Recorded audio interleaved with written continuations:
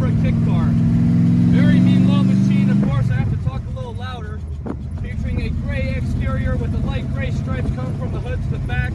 Also have the very cool wheels of BF Goodrich tires and spinner caps.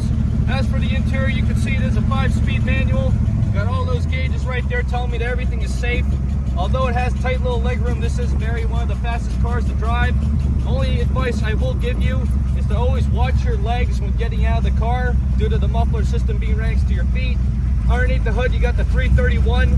I know it does say 427, but to honest to God, this car could pass off as a 427 mean car the way it is. And I do give my sincere apologies to all these people blocking me in my path. This car really is fast, and I do give that as my word. And other than that, yeah, I think, honest to God, this is another car I might have a doozy in my pants. But other than that, now we're just going to get it turned around safely and up on the lift, so stay tuned to see the underneath.